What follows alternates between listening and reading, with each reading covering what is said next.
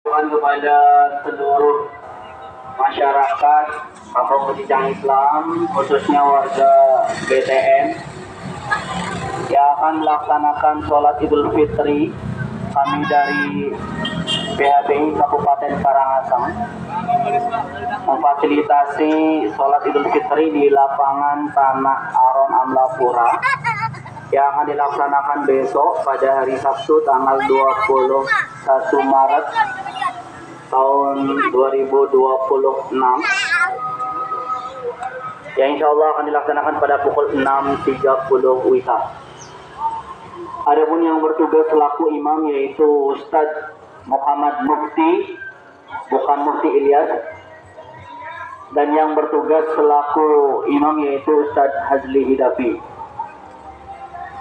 Adapun yang bertugas, saya ulang lagi sekali, yaitu Ustadz Muhammad Mufti selaku imam dan